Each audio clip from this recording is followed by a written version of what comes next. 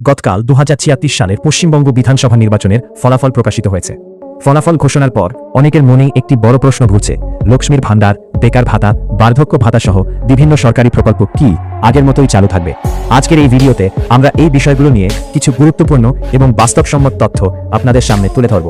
প্রথমেই বলে রাখি, নতুন সরকার গঠনের পর সাধারণত আগের প্রকল্পগুলো নিয়ে পুনর্বিবেচনা করা হয়। কিছু প্রকল্প চালু থাকে, কিছু পরিবর্তিত হয়, আবার কিছু ক্ষেত্রে নতুন প্রকল্প চালু হতে পারে। লক্ষ্মীর ভাণ্ডার প্রকল্পের ক্ষেত্রে এখনো পর্যন্ত সরকারিভাবে কোনো চূড়ান্ত ঘোষণা করা হয়নি যে এই প্রকল্প বন্ধ হবে নাকি নতুনভাবে চালু থাকবে। তবে নির্বাচনের আগে বিভিন্ন রাজনৈতিক দল তাদের নিজস্ব প্রতিশ্রুতি দিয়েছিল, যেখানে এই ধরনের আর্থিক সহায়তা বাড়ানোর কথাও বলা হয়েছিল।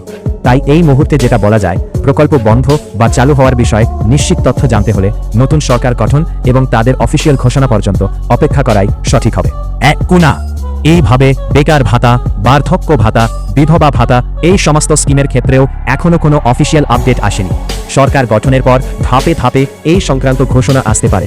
এছাড়াও স্বাস্থ্য পরিষেবা, বিদ্যুৎ বিল, আবাস যোজনা বা ১০০ দিনের কাজ, এই সমস্ত বিষয়েও ভবিষ্যতে পরিবর্তন বা নতুন সিদ্ধান্ত আসতে পারে, কিন্তু এখনই নিশ্চিতভাবে কিছু বলা সম্ভব নয়।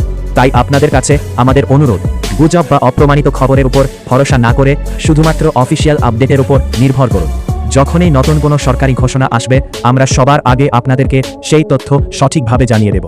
ভিডিওটি যদি আপনার কাছে উপকারী মনে হয় তাহলে অবশ্যই লাইক করবেন, শেয়ার করবেন এবং চ্যানেলটি সাবস্ক্রাইব করে পাশে থাকা বেল আইকনটি অন করে রাখবেন। ধন্যবাদ।